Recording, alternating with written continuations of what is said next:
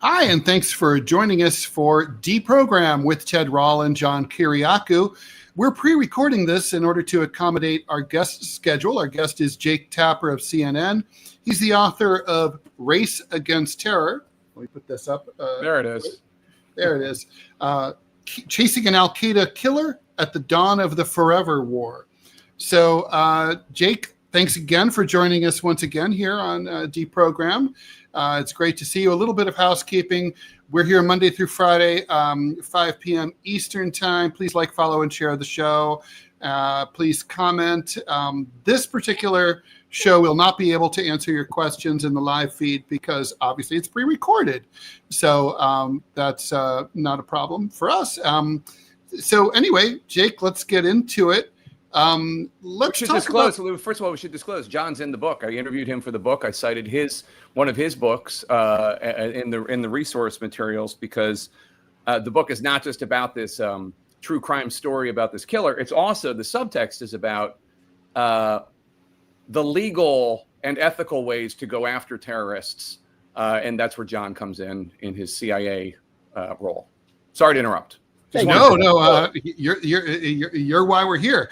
So, Jake, tell us a little bit about Spin Ghul and how you got interested in this story, and tell us, what the deal is. Why is he important?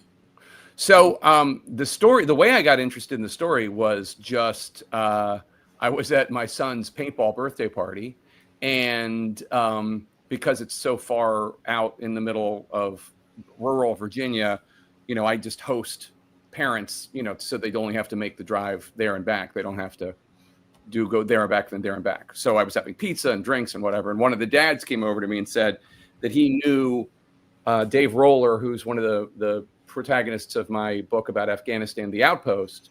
And I said, oh yeah, that book was really difficult to write because the Pentagon keeps such bad records and they also are just so reluctant to share them. And he said, tell me about it. And then he tells me this story that starts with him as an assistant U.S. attorney in 2011, gets a phone call from the FBI. And this guy who identified himself as an Al Qaeda terrorist had just been picked up on an Italian cruise ship. Berlusconi had commandeered cruise ships. There was this refugee crisis during the Arab Spring because the southern Italian islands are closer to Africa than they are to Rome. So all these Tunisians and Libyans were swamping these islands, doubling and tripling the population in weeks. And so Berlusconi was taking all these refugees to the mainland, and somehow this Al Qaeda operative ended up there. And the Italians had him in custody, and they could hold him for a little bit because they had to sedate him on board once they interrogated him. But they couldn't hold him forever. He hadn't done anything to them. But he was confessing to having killed Americans in Afghanistan, having tried to blow up the U.S. embassy in Nigeria. And they said, do you want him? Have you heard of him? And the Americans had. So the Americans went over to Italy and listened to his confession in a courtroom. He was proud of his work as a terrorist. And then the clock was ticking because the Italians didn't want him, didn't want to hold him. They were just going to put him in a refugee camp where he could easily walk out and then do what he wanted to do, which was kill as many Americans as possible. And weren't the Italians worried that he might decide to kill Italians? Not particularly. They at this point, he was just a madman who claimed to be an Al Qaeda. They didn't know that he was legit. They didn't know that he actually posed a serious threat. They didn't have any plans to go after him. And at this point in the global war on terror, the GWAT, the Italians were, like a lot of Europe, completely fed up with the United States, didn't trust us, didn't like what we were doing. This is 8 years into the after the invasion of Iraq. Yeah. And also, there was an Egyptian cleric who had been basically kidnapped. I mean, it's called extraordinary rendition, but basically kidnapped off the streets of Italy and by the Americans working with some people in the Italian government. And a bunch of these CIA operatives and military operatives had been tried in absentia in Italy. So there was a lot. They didn't, particularly care that Obama was in charge, not Bush. It was just still the United States. And they were just like, just get it. If you want them, take them. If not, we're just, this so long we can hold them. So the Americans had to prove a case. They had to take his story because any second-year law student would be able to get this thrown out. They'd say, you have no proof this happened. This is just a crazy man claiming he did this. We don't even, know who he killed. This is not a case. So the Americans had to build a case with this ticking clock to bring him to justice. And so it's the sleuthing that really the book is about. And that's what was so interesting when Dave Bitcower, my son's friend's dad, who's also one of the protagonists in this book, told me the story, because it was just so interesting, the sleuthing, how they proved the case. And in terms of, I wrote it like a thriller. I tried to make it just as compelling a read as possible. But for your very smart and very informed listeners and viewers, I think it's also important because it shows how Obama tried to prosecute the war on terror, at least in this chapter of it, not drones or whatever, but in this, when it comes to prosecuting terrorists, in a way that he felt worked with our ideals, lived up to what the promise of America is. And at the time, as you may remember, sorry to interrupt, but 2011, 2012, Obama was trying to try terrorists in the United States. Mm-hmm. And politicians, Democrats and Republicans alike, were acting like if you bring a terrorist to the United States, that he's like Thanos. He has like superhuman power. He's going to break out of prison. He's going to kill everybody. Yes. There was this, people were, and that's why they call it terrorism, because people were terrified of these guys coming to the United States. And there was also the real fear that if he was found not guilty, that who knows what would happen to him. Does that mean he just like gets to walk the streets of Brooklyn? We know he intends to commit mass murder. Mm-hmm. So that part of it might be of interest for you two, since I know of your, obviously I respect your work and your criticism of how the war on terror has been conducted by every administration.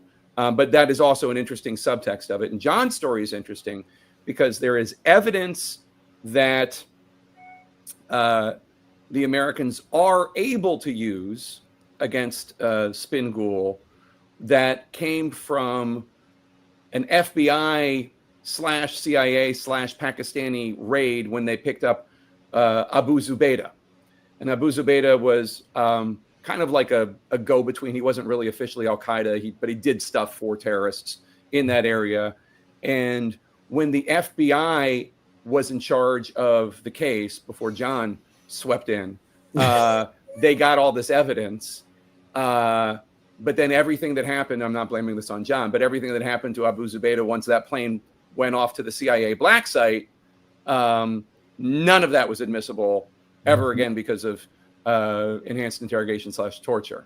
But that part before the CIA got involved, when the FBI was still like doing things by the book, quote unquote, there was evidence in the Abu Zubaydah raid that later came in handy when they were prosecuting Spin Ghul. So it's just kind of like a demarcation of what you can use in a court of law and lock these guys away forever in a legal way, and what you can't. And then you're faced with how do you solve a problem like Maria at Gitmo?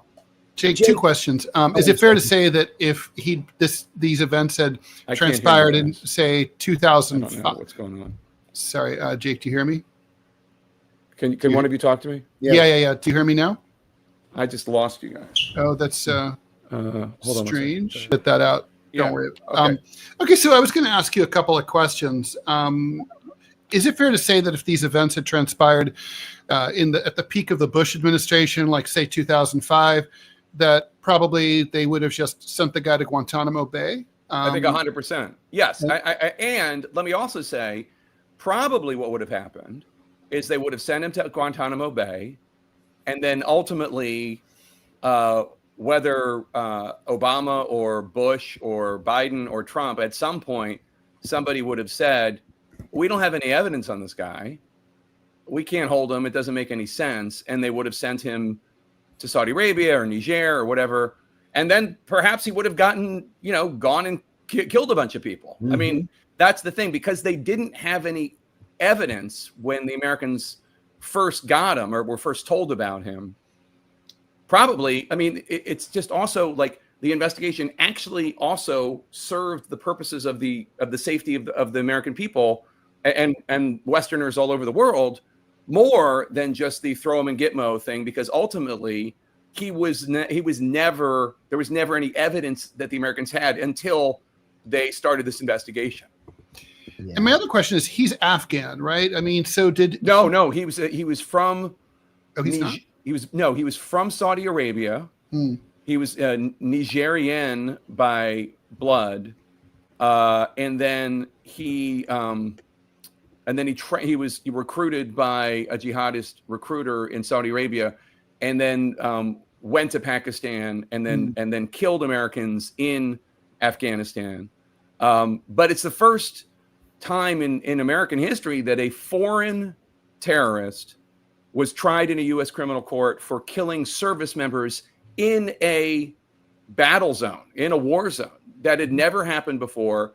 And whether or not Trump knows it, he is about to follow in those footsteps, because they are doing the same thing in the criminal prosecution of this guy Jafar, who was one of the one of the guys who conspired to kill Americans and Afghans at the Abbey Gate killing in 2021. He is now in a Virginia jail awaiting trial. And I mean, it's just amazing to me, because, you know, when you read this book and you follow the history of it, like, it was considered weak. It was considered lame to bring these terrorists to the United States to try them criminally. Why do you want to give them rights? Why do you want to put them on trial, et cetera, et cetera? Just, you know, and Trump, who I think probably thinks of himself as having a very different approach to the war on terror as Obama, is literally doing something that Obama paved the path to do. And, you know, and I think we're going to be better off for it. This guy will be tried in a court of law and I'm sure locked up forever. So this is a tough question, right? But I mean, if Spin Ghul is killing U.S. soldiers in Afghanistan, would it be fair could he have a defense in saying, like, look, I'm a resistance fighter. 100%. Yeah. The American soldiers are occupation forces. Yeah. You know, the Afghans don't want them there. There was that was the big fear of the prosecutors, that the defense would be allowed to bring that defense, that this is a you know, a foreign, this is a terrorist, or I'm sorry, this is resistance. It's not terrorism. It's not, and all is fair in love and war. And in fact, the family of one of the two Americans killed in the ambush, the family of Jared Dennis, asked prosecutors that too. Like, how is this illegal? Is it illegal for Al Qaeda to kill Americans in Afghanistan? Is that against the law? Right. And there's a guy named, I think his name is Dave Fracht. I think he's a lieutenant colonel. I don't know if you've ever heard of him. He's a really interesting guy. Mm-hmm. Dave Fracht, who has represented people at Gitmo, he was brought in by the defense to offer that theory. Like, this guy should not be prosecuted for killing Americans on a battlefield. He's the enemy, and this is, you know, and ultimately the judge does not let that argument into the court. But we have a whole chapter on that subject, because that's what I wondered too. How is it illegal? I mean, and Dave Fracht. It's like the Johnny Walker Lynch case is so strange, right? I mean, the guy goes to prison for nearly 20 years for carrying an AK-47 in Afghanistan, right? Like, not in the United States. I mean, Afghanistan has as many AK-47s as it has cups of coffee. I mean, they're all over the place. How is that illegal in the United States anyway? And he had joined the Taliban before 9/11 also. Right. The thing. Yeah, he wasn't a traitor to his country. And one of the dirty little secrets about that case is that he was never read his rights. That's why DOJ was so anxious to come to some sort of a plea agreement. Oh, that's interesting. Oh, that's fascinating. Yeah, John Walker Lynch is mentioned in the book too. Yeah, I mean, there are all sorts of interesting. That's one of the other things that was, for me, fun to write this book, was exploring all these questions. And look, everybody in this book. Yeah, what's American jurisdiction, right? That's right. 100%. And everybody in this book, in my view, all the Americans in this book are patriots. They all play very different roles. There's FBI, there's Assistant U.S. attorneys, et cetera. But there's also the defense attorneys, Dave Fracht, who wanted to be a witness, Jess Ganim, who's this psychiatrist who also works with a lot of Gitmo people and wanted to testify that Spin Ghul was not sane, was not competent to stand trial. And they're all doing what they need to do to uphold the ideals of this country and provide a fair trial. Now, you can disagree with the judge's decisions in terms of what he allowed and what he didn't allow. And there's certainly an argument that The defense believes that they didn't really get to provide the best defense because the judge would not let them do that, would not let them, present the Dave Fract like he was operating as an enemy soldier. But these juries do actually pay very close attention. One of the things that's really interesting, I didn't pay a lot of attention to it at the time. I'm sure John did. Maybe you did too, Ted. There was a case in 2010. This also made all the politicians terrified, where this guy named Gilani was tried for, I think it was participating in the 1998 embassy bombing. Yeah. And during that trial, the best witness, the judge threw him out because they learned about the witness through somebody being tortured. And so the judge threw it out entirely. And so the prosecution was left with not much. And the jury acquitted Gilani of 284 out of 285 charges. Juries are paying a lot of attention. I think we don't give juries enough credit sometimes, but they were paying a lot of attention. And I think that they also, my guess is that they sentenced him to that. They found him guilty on that one charge because they knew he was guilty of and they didn't want to let him walk free. But but that case and that jury verdict sent a chill throughout the national security apparatus of this country about like the possibility of prosecuting these people and what could go wrong. So anyway, it's all just, to me, and I would think for you guys also, just like this is just all so interesting. Whatever you think about it, wherever you come down on it policy wise. And I tried to write it honestly as with as little, other than I'm not a big fan of torture. Other than that, I'm kind of like, I try to be as agnostic as possible about the choices being made and who was right and who was wrong. And I hand the microphone over to the defense attorneys. I hand the microphone over to Dave Fract. I just find it all so interesting you guys, I don't tell you guys have devoted your lives to it in many ways. I wanted to ask you, Jake, in the course of your research, in the course of your interviewing of people involved, especially from the DOJ side, did you detect any lingering animosity toward the CIA for demanding the right, the ability to torture these people? We knew back in 2002 that once we started torturing these people, nothing that they said would have been admissible in a court of law. And still the decision was made to go forward. Now, of course, the final decision was made at the White House. Right. It was the CIA's idea as early as October, November of 2001. Have DOJ people, White House people, even CIA people finally come around to the conclusion that this was a mistake and that over the long term, it actually did more damage to the country? I think that that's kind of just an assumption because we're so, we're more than 20 years past those decisions being made. I think people, I think people have come to that point of view. I don't think there's resentment, though. I think it's an understanding that these are the decisions that were made at the time. Fog of war. And whatever you think of Bush and Cheney, I think it's hard to argue that they were doing this other than for the reason that they thought this was the best way to protect the American people at that time. And maybe it didn't age so well and all that. But it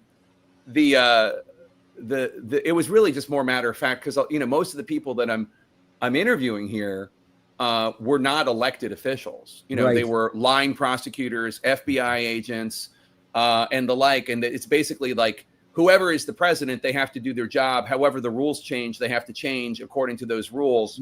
I think Bitcower and Shreve, for the two main assistant U.S. attorneys that are the main characters in the book, I think their basic philosophy is that, that the Bush administration, there were excesses. Maybe Obama was a little naive, but it didn't matter because they were just trying to do their job. And I think the FBI agents were the same way. It was really interesting to me, though, also in this story, the American mosaic of who is in the American security apparatus, because it isn't, no offense to white guys, because I'm one and you are too, but it isn't just a bunch of white guys, right? I mean, it really is truly the American mosaic.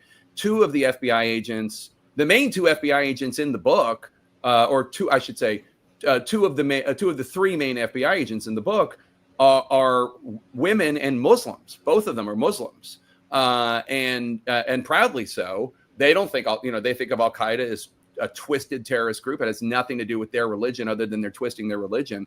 But that was really interesting. There's another guy, Bert Lacroix, who is a Caribbean, and he's an immigrant. He's American by choice. I mean, so it's just a lot. You really can't help but feel patriotic about this country when you meet this cast of characters, just because it's the gamut from the hail fellow, well met, Virginian, Shreve Ariel, to the wiry Jewish guy from New York. He's a Jeopardy champion, Dave Bickauer, to like these line prosecutors and line. And it's really interesting.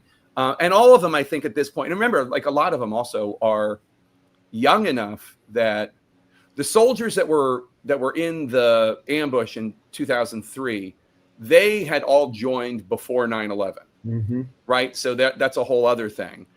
And they're amazing too. Like those guys telling me the story of the worst day of their lives when 2 of them were killed and 4 of them were seriously wounded. Just an incredible array of folk.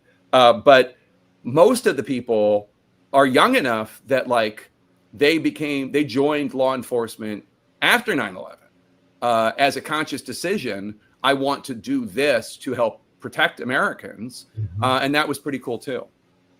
Yeah. Jake, I'm wondering about the political timing. I mean, obviously, the DOJ wasn't as directly controlled by the White House as it is today.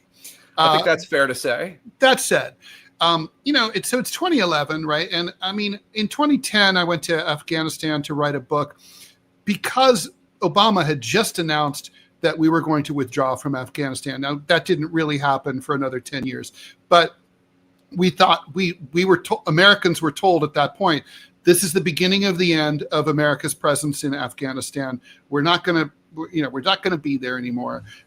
This is over. And that's why I wanted to go back and see how things had changed during the U.S. occupation. They basically, psychologically, the administration has kind of decided to move on to a new chapter. And think about other priorities domestically and internationally. Did this kind of like was this viewed as like, well, this is like leftover from this experience that we're now trying to move past? Was it politically inconvenient for them? Or was it like actually like, did it serve as like a bookend? I don't think it was politically inconvenient. I think it was a challenge for the people tasked with having Obama's ideals become actual policy. Remember, Obama came in and he said he was going to close Gitmo. Gitmo's still open today, right now.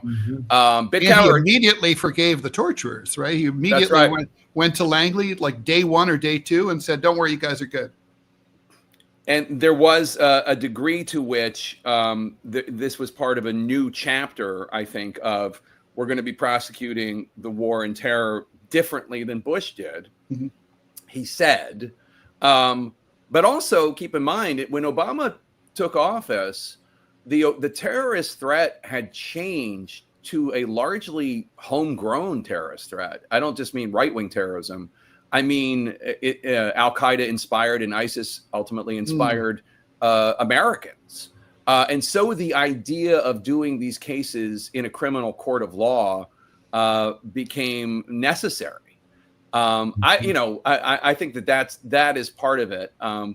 But look, I mean, I think that Obama's ideals often were very strongly confronted by reality. That it wasn't as easy to do the things he said he wanted to do. Like, for instance, when he set up his Gitmo task force, that the 2 heroes of the book, Bickauer and Shreve, served on that Gitmo task force before they joined the Eastern District of New York U.S. Attorney's Office.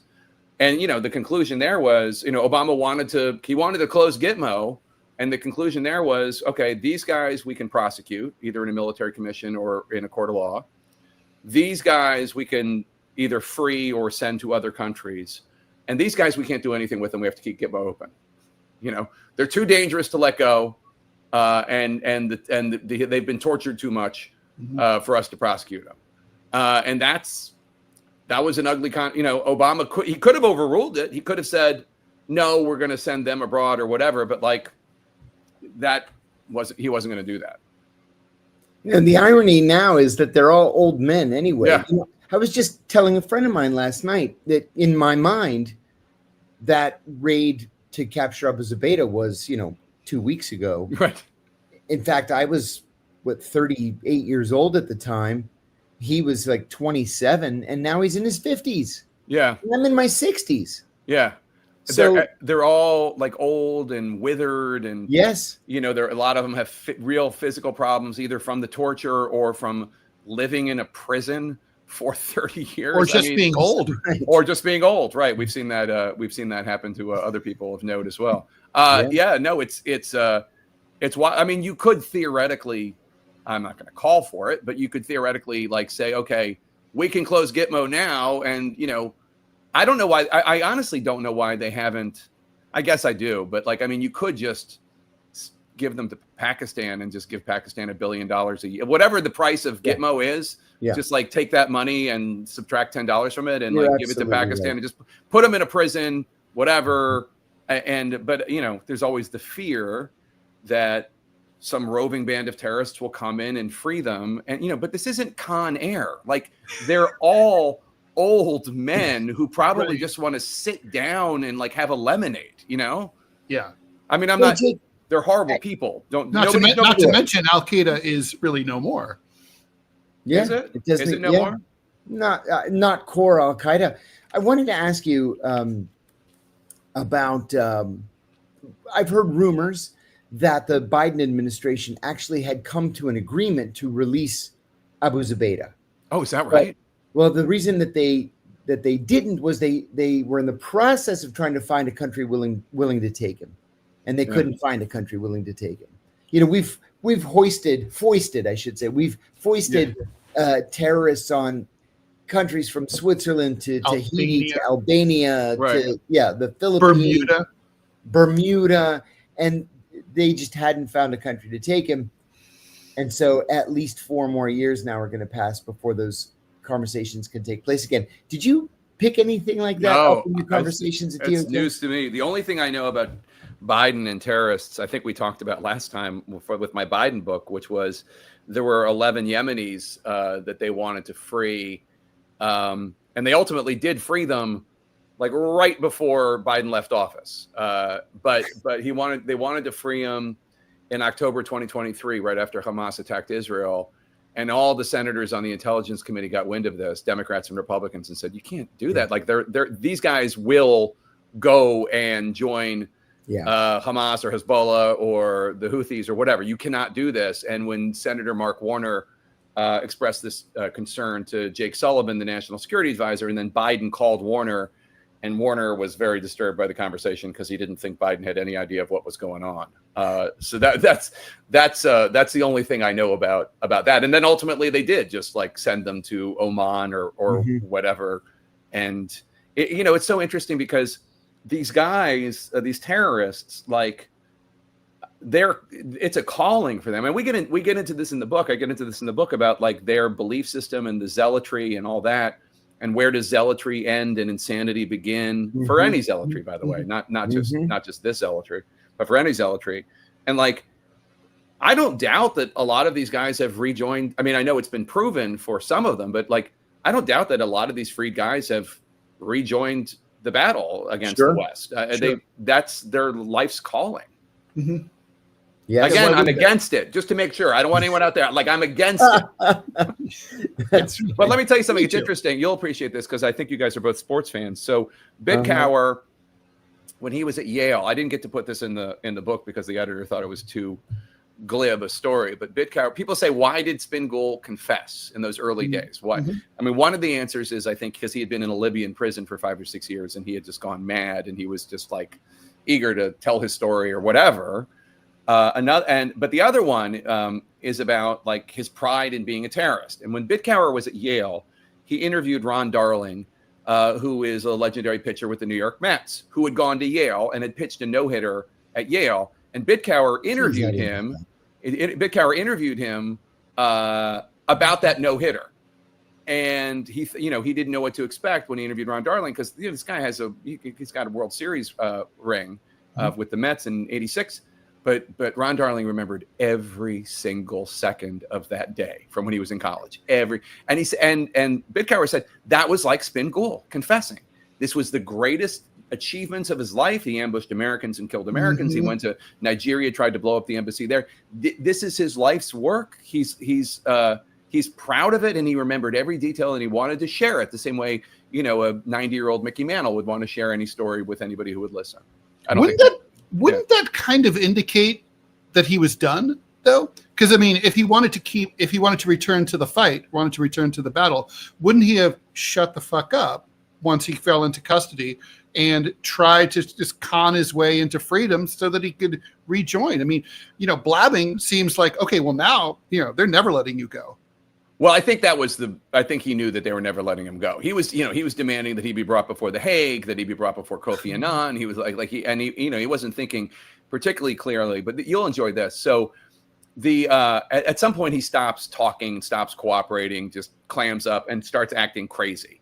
And there is a whole debate. Is he actually crazy or is he just acting crazy? And one of the terms I learned from writing this book was there's this thing where terrorists, captured terrorists, stop cooperating because it's the only thing they have left.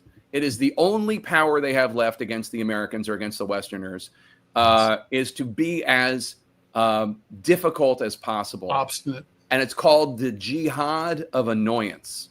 And it's all, which by the way, a book title. I feel like I experience it several times a day here in Washington, D.C.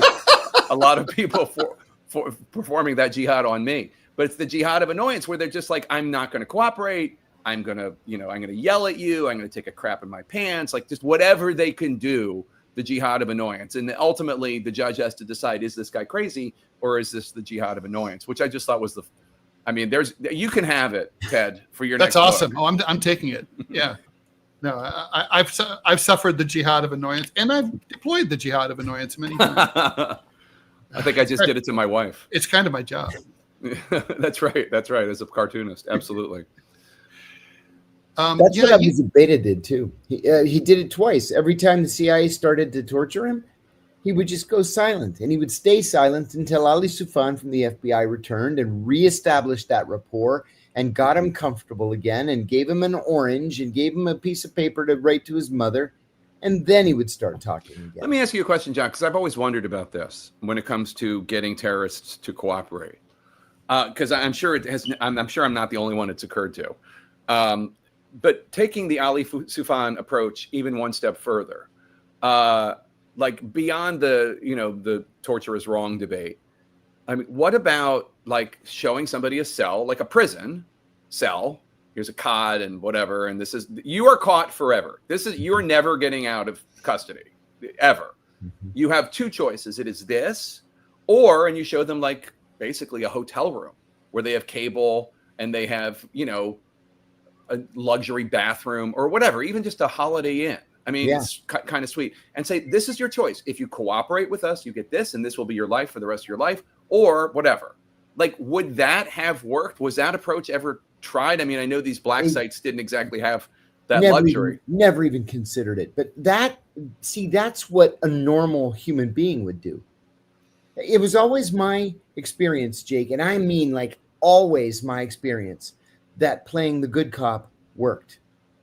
90% of these guys were willing to sit and talk to you. You didn't have to torture them. You didn't have to beat them. You didn't have to threaten their families or their children or whatever. They would talk to you eventually. The very first prisoner I ever caught was a Jordanian. He had just come across the border from Afghanistan, and we caught him in an Al Qaeda safe house. And they brought him into the interrogation room. He was chained to an eye bolt in the table. And I told him, I gave him a name. It wasn't my real name. I don't even remember what it was. And I started speaking to him like a normal person. Right. And he began answering my questions. And one of the things we were interested in early on was what we called the rat lines, the paths that they took from Afghanistan to Pakistan. We wanted to be able to bottle them up. I put a map of Afghanistan, of the border in front of him. And sure enough, he pointed out, I went here and I went there, and there's a village here, and this guy helped me in the village, and his wife gave me some food. And at the end of it all, I said to him, do you mind if I ask you one final question? I said, you didn't have to answer any of my questions today. Why did you? And he said, because you've treated me with respect. Yeah. And it was really as simple as that.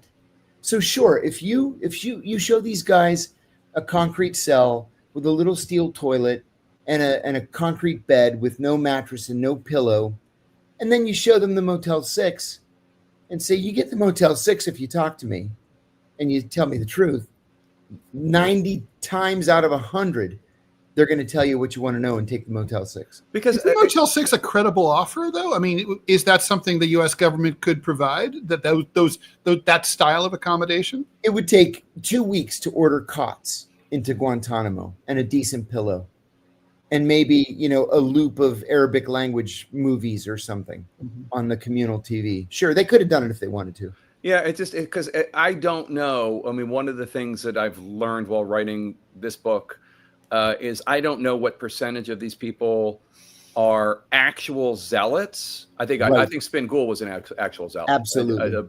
And how many of them are, I mean, I hate to use a cliche, but lost, disaffected young men. And this is the same kind of psychos we see in the United States who resort to violence and killed Charlie Kirk or whatever. And and they're just missionless. They feel whatever. And again, not sympathetic to them, but once you have them in custody, if they're not actually some of the experts I talked to while writing this book said most of these guys are not actually devout Muslims.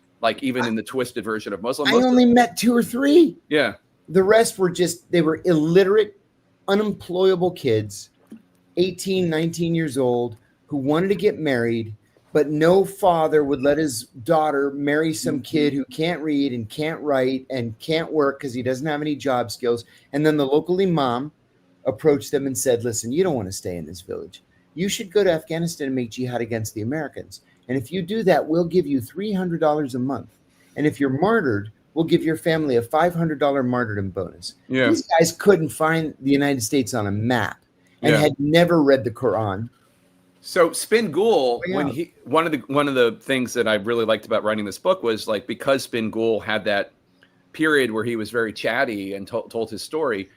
We have his story in the book. I have his story in the book from childhood to the rat line. Wow. And one of the things that's interesting, so his parents are from Niger. They are basically indentured servants in Saudi Arabia. So he, and you think there's racism in the United States, try going to Saudi Arabia and seeing how they treat how they treat Africans there. And then, there's basically no future for him. And, he's raised in the 90s where jihadists are, they just scored a huge victory in Afghanistan against the Soviet Union. They are fighting against the oppression of Putin in Chechnya. They're the victims, Muslims, not jihadists, but Muslims are the victims in the Balkans and in China, right? The Uyghurs. Oh yeah, and so these are his, and the jihadists they're war heroes. They're and by the way, not only in the Muslim world. I mean, the United States was arming the jihadists, as we all know. So he's raised in this world, and again, he joined the jihad before 9/11, and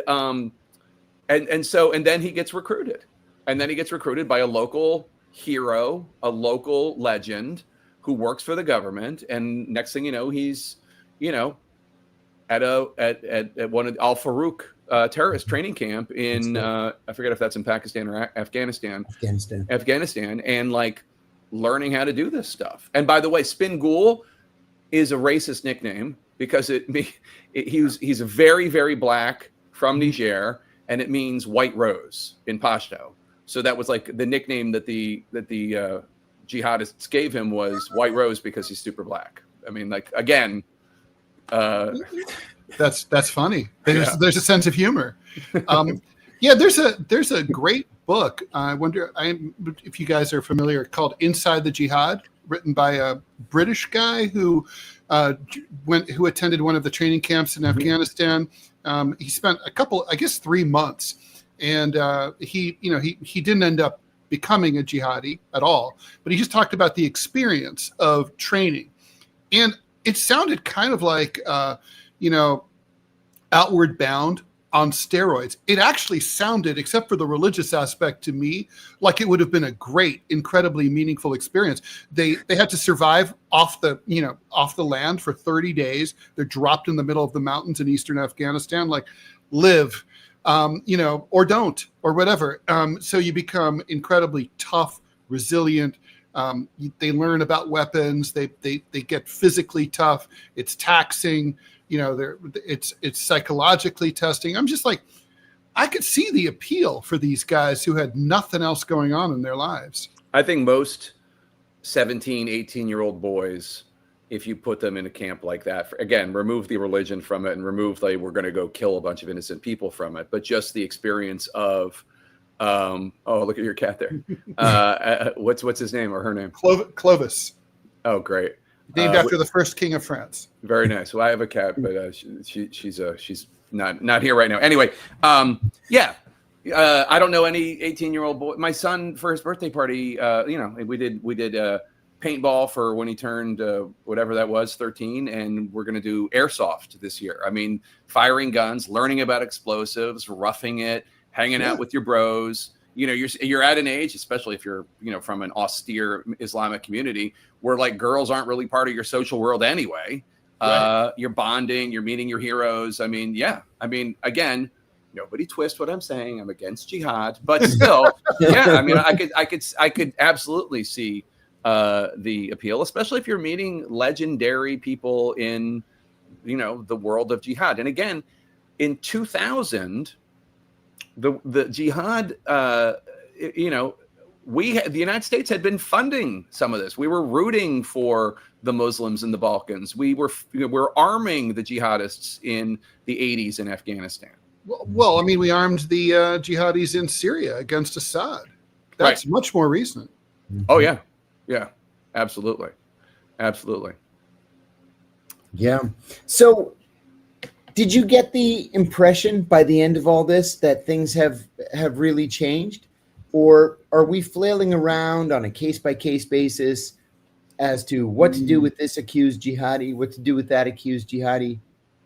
I feel like we've kind of like settled in an almost consensus way of prosecuting the war on the so-called global war on terror, the GWAT, that is neither Bush nor Obama. Mm-hmm. That is kind of like that the U.S. government has kind of taken the part of Bush, like we're going to kill them over there so they don't kill us over here, that they do believe that, and that is part of the plan. Now Trump is expanding his use of that authority to go after Tren de Aragua and narco terrorists as well, which is, anytime a president gets a shiny new toy, the next president takes it and uses it. Like Obama increased drone strikes, I think 100-fold over what Bush did.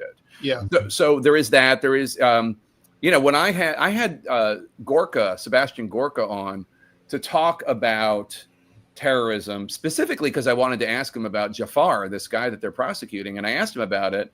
And I don't think that they have any memory that this was controversial at one point to like bring these people to the United States to try them. But he basically just said, and I'm going to spare you my Sebastian Gorka impression, but he basically said, we're going to use whatever we can use. And in this case, it was different because it was Pakistani intelligence working with the U.S., not the Italians. The Italians were able to say, we're not going to give Spin Ghul to you if you're going to send him to Gitmo, not that they would have anyway under Obama, and we're not going to give him to you if death penalty is on the table. Mm-hmm. The Italians were able to say that. I don't think the Pakistanis give a shit. But Gorka basically said we'll just use whatever tools we have. But I thought it was a step in the right direction that the idea of prosecuting these folks in the United States is now just accepted as a tool. I think that that's progress because it's so much more effective than Gitmo. It's so much more effective than the military tribunals that are still struggling to even, prosecute. KSM. Yeah, it's just crazy. And it does live up to American ideals. Now, the judge at the end of the book, the judge confesses that he thought the whole exercise was kind of bizarre because it seemed like a show trial. Let's show the world that we can do this, in which he seemed, to him, Judge Kogan, it seemed a little silly because, you're Obama, you can do whatever you want. You can put him in Gitmo, you can send him to Saudi Arabia, whatever you want. But I do think that we are in a place when it comes to the prosecution of this, that it's more accepted. I think that's a good thing, and I think that the people that worked so hard on this case, and again, the case, even though we didn't spoil the book too much for anybody, but like the book is really about the sleuthing and about how they build the case. And I thought that was what was interesting to me when Bitcower told me the story, because I just love that comfort food of police procedurals on TV. I love CSI and Law and Order and Cold Case and Criminal Minds. I just love stuff. Yeah, and just like, how they found, how did they get his fingerprint on the battlefield, like 15 years after the battle? Like, I mean, how did they do that? Like, and that's just really interesting. And the cast of characters is so interesting. The fingerprint expert is this woman with it's like she's right out of TV. She's got dyed red hair and a nose ring and tats up her neck, and like she works at Quantico, and it's just like, how are you real? How are you a real person, not a TV character? You're so interesting, and it's so, that part of it was just so fun to me. Let me ask you about some of the politics behind this here in the U.S. Like you, I remember as if it were yesterday how members of Congress in 2002, 2003, up to whenever, 2009, just simply would not permit any of these people into the United States to face trial. Like, we didn't have dangerous prisoners in American prisons. Right. We didn't have the blind sheikh. People escape all the time from our prisons. Yeah. The Unabomber never existed, or right. The Gary Allen Ridgway or whatever. You're intimating that seems to have passed, but has it passed to the point where Congress is finally willing to pass a law then allowing Gitmo prisoners to be tried in the United States? Oh, no, I didn't think so. No, I don't think so. First of all, this Congress is the most compliant Congress I've ever seen. They are unbelievable. It's not. Yeah. And it's not Speaker Johnson's fault. It's just how Congress has evolved now. Congress doesn't declare war. Congress doesn't impose tariffs. Congress isn't upset when presidents just use executive authority to do things that they're not allowed to do, whether it's right. Biden or Trump. It doesn't matter. Like, they don't want skin in the game, because then they get attack ads. No, I don't sense that at all. But I will say, I think a lot of the blowback in this era of 2011, 2012, and it wasn't just the Liz Cheneys and Dick Cheneys of the world. It was the Chuck Schumers of the world and the Jim Webbs of the world. And like, nobody wanted these people in their state being prosecuted. I think they probably were, to a large degree, reacting to the terrified American people. And 10 years after 9/11, people were still very terrified. And the terrorist threat was very real. You had that Zazi guy out of Colorado who wanted to blow up the subways and all the rest. Hey, I was on an ISIS death threat list. I had my own personal FBI agent. Remember the Garland, Texas cartoonist ISIS attack? Oh, yes, of course. Right? Two jihadis, self-radicalized ISIS dudes show up with AR-15 long guns at this Garland, Texas event, and they had private security. They were just off-duty cops who killed them before they could get in. I mean, but had you drawn the Prophet Muhammad, or were you just at an event? No. So this event was a right-wing, anti-Muslim event, right? And I had nothing to do with it. I wasn't invited. Oh, Pam Geller? It was Pam Geller. Yeah. And so it turns out that after this event, on some kind of ISIS discussion group, someone said, "Oh, that too bad we didn't get to kill those American cartoonists. Who else is an American cartoonist we could kill?" So I came up on the short list of two. The other one's also a big lefty critic, cartoonist of the administration. And I was kind of like, you chose the two cartoonists who were probably your not ally, but you're certainly. We should have been at the bottom of your list, not at the top of your list. And it was like, you guys. Who was the other one? Who was the other? You guys are stupid. I don't want to say because it could give people ideas. Oh, okay. Okay. But yeah. So we were, we had a. What a wild era that was. Remember when Matt Stone and Trey Parker did the Muhammad episode of South Park, which you still can't watch. Yeah. Which you still cannot watch. And don't forget also when the Danish Muhammad cartoons came out and they were the subject of all this discussion. No American newspaper like the New York Times or Washington Post would even publish the cartoon so we could know what we were talking about. It's crazy. I remember I was at ABC News at the time, and I was trying to do pieces about it, and they wouldn't let us show the cartoons. And it's like, it's a visual medium. It's hard to understand if you can't see it. It's not. I assure you, it is not cultural sensitivity that made those decisions. It's terror of being attacked. Because they were killing cartoonists at the time. They were in Europe, and as I lost 4 of my friends at Charlie Hebdo. Is that right? Wow. Oh yeah. You know what's so interesting about the Charlie Hebdo situation, just because it does relate to this book. So one of the fun things about it, or interesting things about it, was just like hearing these people's stories, and everybody has a different story, and everybody's story moves you in a different way. So Jared Dennis, I mentioned, was one of the soldiers killed in the Spin Ghul ambush. Native American kid from Oklahoma, from Antlers, Oklahoma, and his brother Renly is told that he can speak during sentencing. They have a thing called victims statements, or victims impact statements, where before the judge renders the verdict, renders the sentence. Victims can come forward and say, this is how this criminal act affected me. So Renly, 2 of the soldiers speak and talk about, and these are soldiers that were not seriously wounded, but the ambush in 2003, like really affected their lives. One guy talks about his divorce and how he can't even see his family anymore because he's so traumatized by what happened, because he just, he let everybody down because these 2 guys were killed. It wasn't his fault at all, but whatever. Another guy talking about the time that his sisters confronted him because they were afraid of him. They thought he was so angry. Anyway, Renly Dennis speaks. Renly Dennis, in the previous months, had picked up a book at the Antlers Barnes & Noble called You Cannot Have My Hate. You Cannot Have My Hate is written by a guy who lost his wife in the ISIS attack on the Bataclan. The same year as the Charlie Hebdo killings. Mm-hmm. And his wife and the mother of their kid is slaughtered for no rational reason.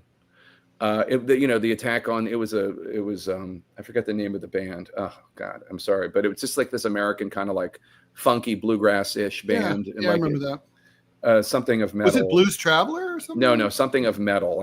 And I apologize to them. I would check it, but. Anyway, it's in the book. It's correct in the book. But he writes a Facebook post that goes viral where it's like, you took my wife, but you cannot have my hate. I'm not going to spend my life hating you. You are not going to have me thinking about this. And he turns it into a book, and it's translated, and Renly Dennis is inspired by this book. And that's basically the message he gives to Spin Ghul in sentencing, which is like, I'm not going to spend my life thinking about you and what you took from me. I'm just not going to do it. And like, I was so moved when I heard the story, because I don't know that I'd be that glad. I'd probably just drink myself into oblivion. I mean, like I don't think I would react that way, but just the humanity of just like regular folks really can touch you at times, and the response to some of the worst acts that anybody can commit. And like John's a good example also of that. Like John has been through the ringer with the CIA and everything, and dedicating his life to having rational, passionate advocacy and conversation about this topic. And it's just like it makes you feel good at a time when not a lot makes you feel good anymore. Yeah, Jake, that's a great place to wrap the interview, I think. Thank you so much for joining us. It's always great. I want to write books just so I can talk to you guys. Well, you don't have to write a book to come talk to us anytime. Race Against Terror? And it's coming out October 7th, yes? Yes, October 7th, which happens to be the anniversary of the beginning of the war in Afghanistan. Right. Yeah, That's when right. bombs started Right, falling. it is. 2001. That's right. Yes. So the 24th Yes. anniversary of that. Yeah. Thanks, guys. Always a Thanks, pleasure. Jake. All the best, Jake. Keep up the great work. Thanks. You You too. too, buddy. Bye-bye. Bye bye. Awesome.